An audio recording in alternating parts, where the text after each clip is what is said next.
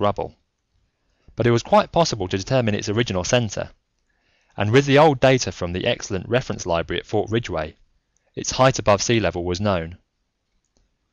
After a little jockeying, the helicopter came to a hovering stop, and the slanting barrel of the rifle in the vise pointed downward along the line of the shadow that had been cast on that afternoon in June 1993.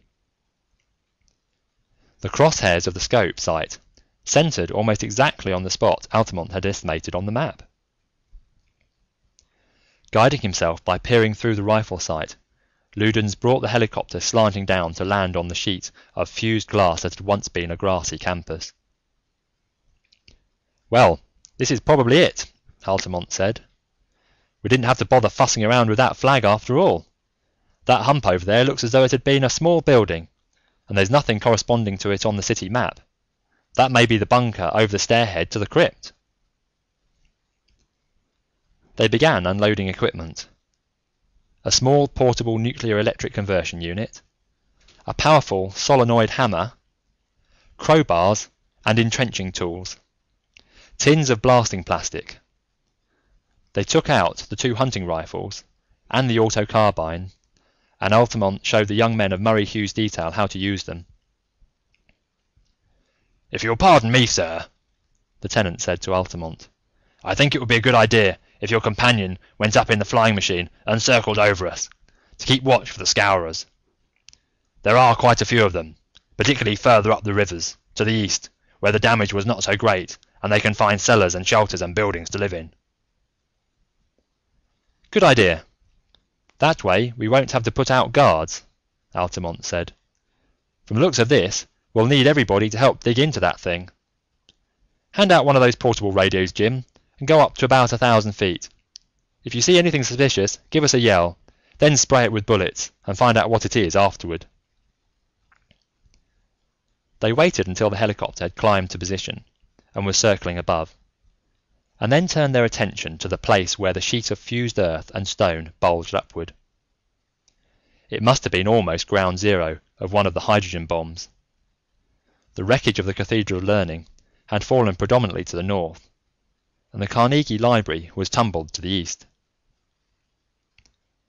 "I think the entrance would be on this side, toward the library," Altamont said. "Let's try it to begin with." He used a solenoid hammer, slowly pounding a hole in the glaze, and placed a small charge of the plastic explosive.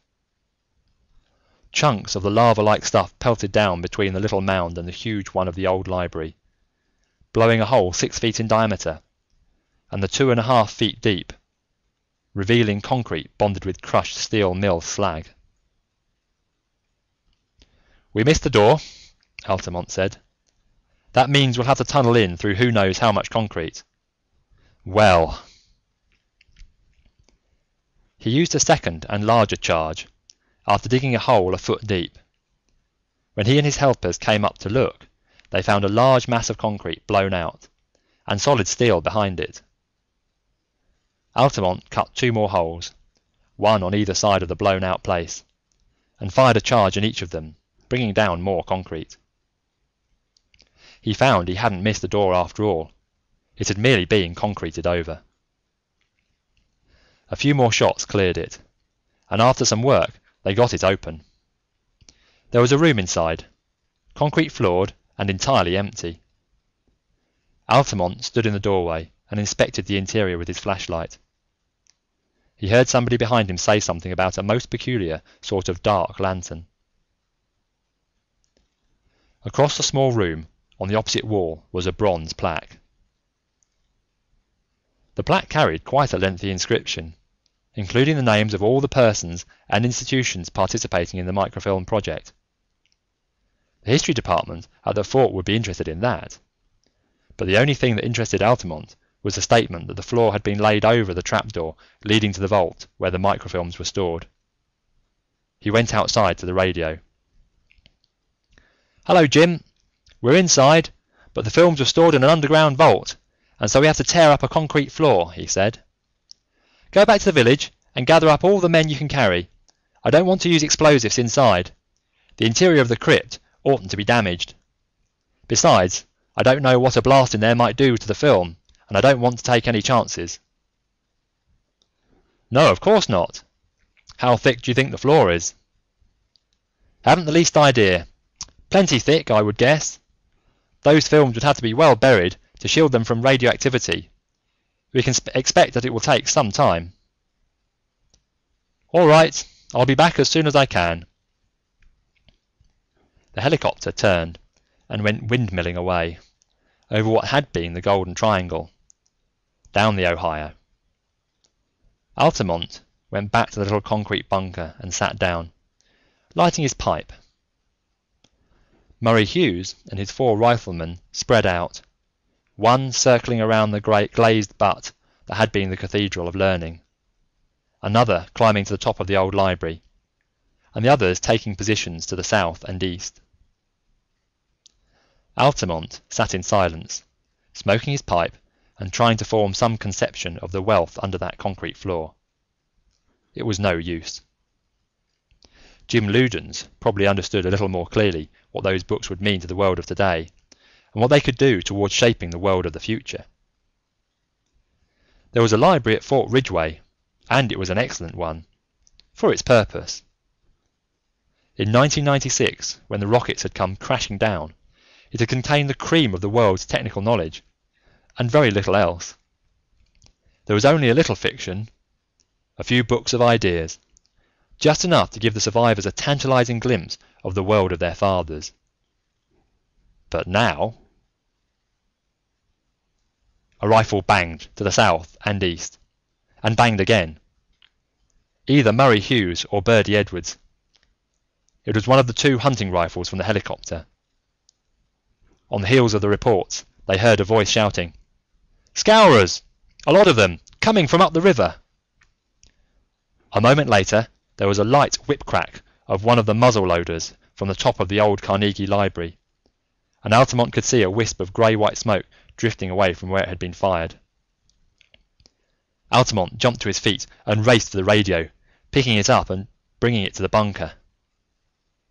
Lieutenant Jones, old Reader Rawson, and Verner Hughes had caught up their rifles.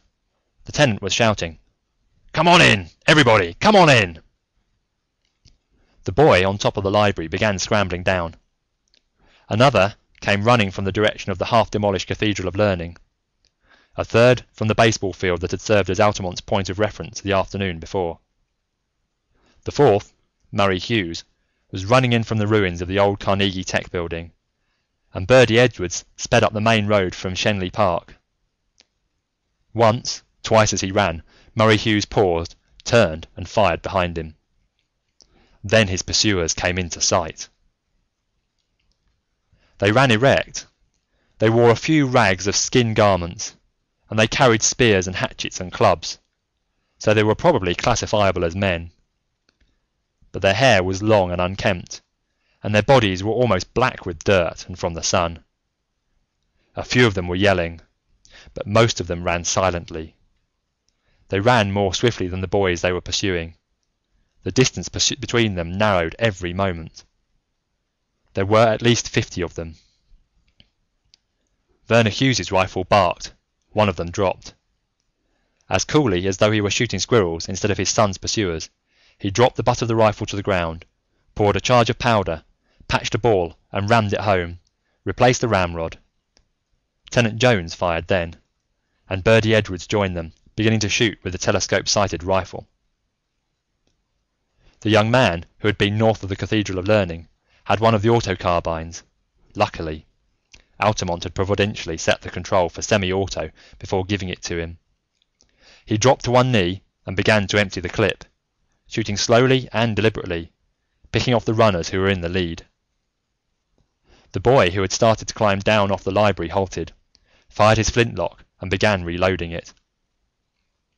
Altamont, sitting down and propping his elbows on his knees, took both hands to the automatic, which was his only weapon, emptying the magazine and replacing it. The last 3 savages he shot in the back. They had had enough and were running for their lives. So far, everybody was safe. The boy in the library came down through a place where the wall had fallen. Murray Hughes stopped running and came slowly toward the bunker, putting a fresh clip into his rifle.